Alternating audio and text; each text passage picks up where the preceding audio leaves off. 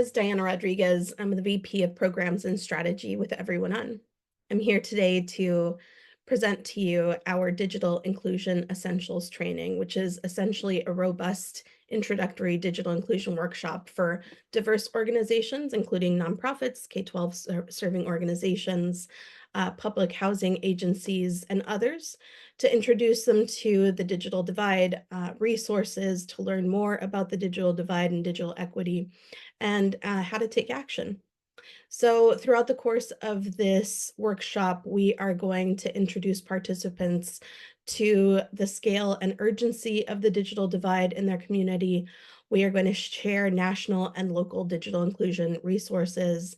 And we are also going to help to identify partnerships in your communities, hopefully, that will come together to help to close the digital divide. Hello. So this is essentially meant for organizations who don't have these activities currently taking place within their community or within their organization, and who are really looking to just equip themselves with information and resources to help their communities get connected with internet, computers, and the digital skills that are necessary to wield the power of technology. So we're proud to present this presentation in partnership with Microsoft and TechBridge. And to kick us off today is my colleague, Paulina Chavez. Thank you, Diana. Hi, everyone. My name is Paulina Chavez. I serve as Director of Programs for Everyone On. I'm super excited here to just kick off this presentation by sharing a little bit about our organization. Everyone On's mission is to help unlock opportunity by connecting families in under-resourced communities to affordable internet and computers, as well as providing digital skills training. We've been in existence since 2012, and in the 12 plus years that we've been doing this work, our impact speaks for itself. We have helped connect over 1 million people to the internet, primarily through our Offer Locator tool, which we'll talk a little bit about later. We've helped to distribute over 10,000 devices across the country, and as well in the last 5 years have actually helped support and facilitate training for over 6,000 participants to learn digital skills. So we're super excited and proud of the impact that we've had across the country in the time we've been doing this work. But how do we get to this number? These numbers, we have a couple of different digital inclusion programs that really speak to our ability to scale up. So as I mentioned, we have an Offer Locator tool, which is a national digital platform of low-cost internet offers and devices, as well as listings of digital skills training locations. We also can help facilitate in-person events for internet service enrollment in collaboration with local organizations, government, so on and so forth. We also facilitate an enrollment assistance hotline in select cities that allow us to provide one-on-one support to individuals who need support, who need help in signing up for low-cost internet or have questions about low-cost internet offers that may be available to them. We also facilitate a Digital Skills Academy, which is essentially our umbrella for our digital skills training for community members, as well as our capacity building trainings for organizations, this training included. As a national organization, we also have a number of national regional collaborations with, companies such as Microsoft and other corporate partners, as well as other national nonprofits. And lastly, we also aim to advocate for digital inclusion and digital equity work, both at the state and federal level. One of the things that we like to do in our work, advocacy work specifically, is uplift research, and specifically research that we have conducted. I won't get into too many of the details, but recently in 2024, our CEO was a Benton Research Fellow and prepared this project. So to understand the digital skills journey of underserved women that were taking the trainings that we are facilitating across the country. And so we found that a majority of them were underserved Black and Latina, African American, Black and Latina women, and they shared four main themes as to why they were seeking out these trainings, including wanting to learn for themselves, learn for their families and communities, to make sure that they are supporting their communities and getting connected to the internet, to facilitate understanding how to manage the cost related to internet service, and specifically, also to foster their own confidence in their life. As you'll hear many times, hear us say many times during this presentation, and others, most things are online in some way, shape, or form. And so to be able to really engage in the day-to-day living here, folks need to have those digital skills trainings.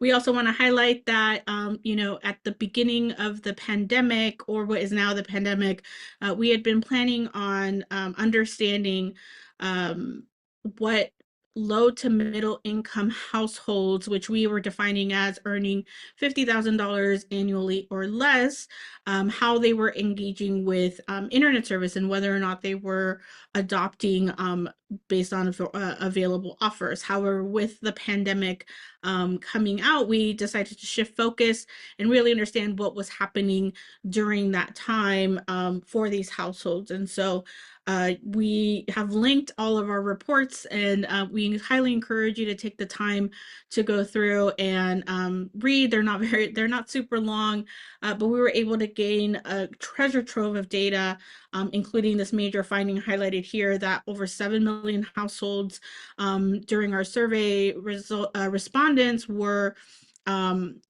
connected to the internet primarily through free or discounted offers. The first report really focused on affordability and the digital divide and understanding what were barriers to being connected, and affordability really kind of rose to the top. Again, I won't go through all of these statistics, but I always like to highlight the second and fourth number. 46% of our respondents said that it was very or somewhat difficult to build the monthly internet bill into their budget. And so often what you'll see is that individuals then go without, because if you have an internet bill and you need that money to help pay for your rent, help pay for your food, those are things that are necessities, even more so than internet. And so there is kind of a decision made that internet is going to have to wait. And so because of those high internet costs, folks are just having really hard time fitting into their day-to-day budget. And we can see that continued on even today in 2025. Inflation is still a challenge for many, or high prices across the board for many reasons. And so we continue to see this type of need around affordability and the internet, the digital divide. Additionally, 37% of households said that they could not afford more than $100 a computer, which is not a price point that you see devices at many, often either at market rate or even through refurbished providers. And so the fact that that's such a high bar for folks means that there's a lot of need out there that there's a lot of families and households that are going without having devices at home because they just can't afford it or they don't have access to them. So something really to think about with regards to affordability. Our second report focused on digital skills and trust.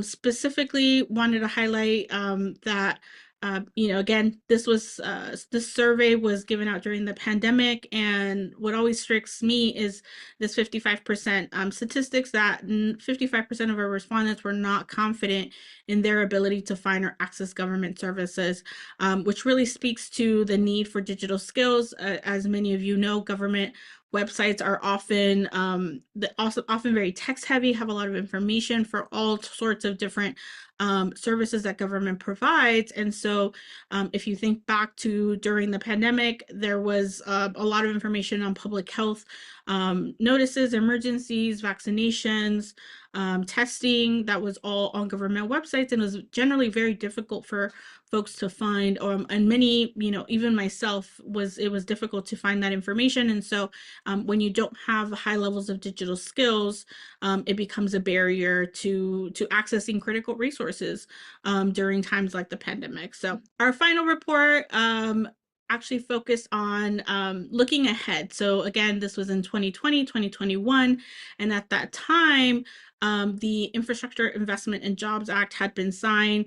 That was to be allocating billions of dollars towards broadband build out and infrastructure. And we tapped into digital inclusion practitioners such as our organization to ask, what should we be thinking about? What should legislators and government be looking to make sure that the money that is being allocated and distributed over the next 5 to 10 years at the time, what should they be looking to do? And so we reached out to a number of organizations like ours to share their thoughts, but we also reached out to community members. So we actually held focus groups within our digital skills trainings as well, to hear from people on the folks on the ground in community who needed support themselves or are engaged in community efforts to provide support to others, to share what are some of the key findings, what are some of the key strategies that we would want to prioritize with the funding that is now in 2025 starting to make its way to local states and municipalities. And I just wanted to really highlight the last one, which is prioritizing people over networks. That there's a lot of work to be done, not just on infrastructure, but in making sure that people know about the information that's being presented, that are available. Low-cost internet offers are being promoted, that people understand what they're signing up for, and really acknowledging that the digital divide is not only a technological problem, but also a social problem. And so I think that still bears truth today. And we were super excited to see that. And so we just wanted to highlight that here in our report as well. Again, we highly encourage you to visit our website, where you can find all 3 reports and additional in-depth findings for, at your leisure. So I'm actually going to turn it over now to Diana to speak a little bit more about the digital divide and its impacts. Yeah, thank you so much, Paulina. So next here, we're going to go into talking about the digital divide and its impacts on both a national and local level. So going to the first slide here. What we really want to highlight before we go into anything else is just really the importance of having internet and internet in the home, and a computer in the home. And so many of us already have multiple devices in our homes. We have high-speed internet at home. It's become a comfort that we all have many devices running at the same time. Many of us have TV streaming at the same time as we have folks doing homework at home, and maybe somebody working from home. But from statistics that we've seen, that is not the case for everybody across the United States. And so what this first slide here highlights is that 9.4% of adults with household incomes of $50,000 or less per year do not have broadband internet at home. And 43%, an astounding 43% of adults with household incomes of $35,000 or less per year don't have access to computers at home. And what's even more astounding here, that we've discovered through studies and articles, in this case, an investigative report by the Markup, is that in most cities, poorer neighborhoods were offered worse internet plans more often. And so what this means is that this investigative report discovered that cheaper internet or better internet was being offered cheaper in more affluent neighborhoods versus in under-resourced communities and poor neighborhoods, where they were receiving slower speeds, less quality internet, and at a higher cost, which is just inequity at its best. Going on to the next slide. Next here, we want to talk about who exactly we're talking about, and kind of what the makeup is And so what we've seen here is that Black and Latino adults in the United States are less likely than white adults to say that they own a computer or have high-speed internet at home. Um, and so that's a racial comparison here, but there's also a difference in terms of educational attainment in the home. And so what this statistic highlights for us here is the disparity or the difference between folks with high school or less education versus college graduates. So 94% of college graduates report that they have high-speed internet or a computer at home versus the 59% of folks who have a high school or less education. And so these are really staggering statistics, differences that are highlighting, the haves and the have-nots here. And that's really what we're talking about when we talk about the digital divide is, who has access to information, who has access to resources, and who doesn't. And we all know that with the way that we all take information in today, mostly through internet access. Knowledge is power, and you need to be able to have a computer and internet in your home and available to you at all times in order to be able to have and wield the same amount of knowledge and therefore power in today's society. What this slide highlights here is that 92% of jobs require digital skills, and 33% of workers currently report that they lack foundational digital skills. And so for organizations like ours, who work with workforce development organizations, we know already that there are a huge group of American citizens out there who are still in the workforce, who are looking to skill up, who really are seeing this as a gap for themselves to be able to gain meaningful and gainful employment. And so, this is a piece that's really critical to the health of our economy and to lifting communities up is access to internet connectivity and then also a computer in the home. All right, going on to our next slide, we'll talk about the impact of on healthcare and the digital divide. And so one of the things that we learned through the pandemic is that broadband connectivity now is being raised as a new and emerging social determinant of health. As we all know, we needed access to the internet to be able to gain information about the pandemic and what the most latest information was, how to stay safe, resources for how to connect to testing places, how to receive vaccination appointments. Many of us also went over to receiving telehealth services since hospitals were closing their doors to regular checkups and those types of things. And so it was really critical through that time to have connectivity for our health and to be able to keep ourselves healthy. And so lack of internet access is one of the factors that's most consistently associated with a high risk of death due to COVID-19 in the United States. And that's something that we learned as a result of the COVID-19 pandemic. And so we'll go on to the next slide.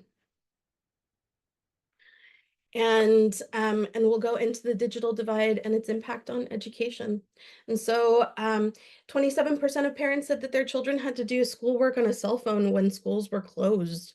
That is hugely critical and hugely impactful on a student's ability to learn. And for households that had multiple students that were attending school, this was a very critical situation. Most schools were not equipped with the equipment that they needed to be able to deploy laptops or desktops into the homes, much less with the internet connectivity that was necessary for students to be able to connect at the same time as maybe working parents who are working in the home at the same time. And so, for many of them, what that meant is that they had to turn to different types of devices, handheld devices, or tablets, or not have any connectivity at all, which We already know from, having exited the time of the pandemic that has been really impactful kind of long term for all of those students and their learning. And so we also know that 60% of Title I teachers reported that a lack of home internet and computers limited student learning. This, goes along with what I just mentioned, and 30% of school districts and charters are considering implementing an online hybrid approach, or have already. And so that's actually something that we're seeing in schools, that's continuing right now. Most schools have that hybrid option that they have kept open or made available, and has now become super beneficial for students who may have medical disabilities, or um, may not be able to join for one reason or another. And so, another aspect to this that a lot of folks don't think about is that teachers also were not equipped to be able to take their instruction from in the classroom onto the to internet, to incorporate technology into their instruction. And that made a huge impact on instruction as well, right? So how do you take a stack of worksheets that you would normally hand out in your classroom, and help one student one-on-one, and turn that into an online lesson? There were huge learning curves for everybody all around. And what this means for us is that we need to do better as a society, as educators, as parents supporting their students in their academic careers, to get folks kind of up to date and ready to move on to this digital age. Um, we're all learning and taking in information online on a regular basis now. So um, we hope to be in a better position in the future. Moving on to the next slide. We'll look at the digital divide and its impact on older adults. So from this slide, we'll see here 68% of adults 50 plus don't believe today's technology is designed with them in mind. Just recently, I sat with my father-in-law, who is 80 years old, and helped him download an app to WhatsApp to speak with his family in Mexico. And he had this huge grin on his face as he was talking to folks. But it took us a little while to get there, and he was very amazed with the technology, and what it's made him be able to do is, speak with his family over there. But I think that part of the issue is that he is afraid of breaking things, which is what we find in our work with older adults, is that they, have a harder time engaging with new technologies, because of the fact that they have this intimidation with technology. It's not meant for them. It's meant for a newer generation. They don't know. They don't want to approach it necessarily. And that really is evident in the surveys that we've seen come through, and in our interactions with older adults as well. And as this quote down here mentions, it's really isolating. So seniors are isolated by a lack of access to reliable technology. And they face personal hardships, including physical and mental health issues that affect the quality and duration of their lives. Um, so, there's an increased number of older Americans who don't have access to internet service or connectivity, or, which is also a much critical piece of this, is the technical support, the digital skills, to be able to get them to use those technologies that are so necessary for them these days.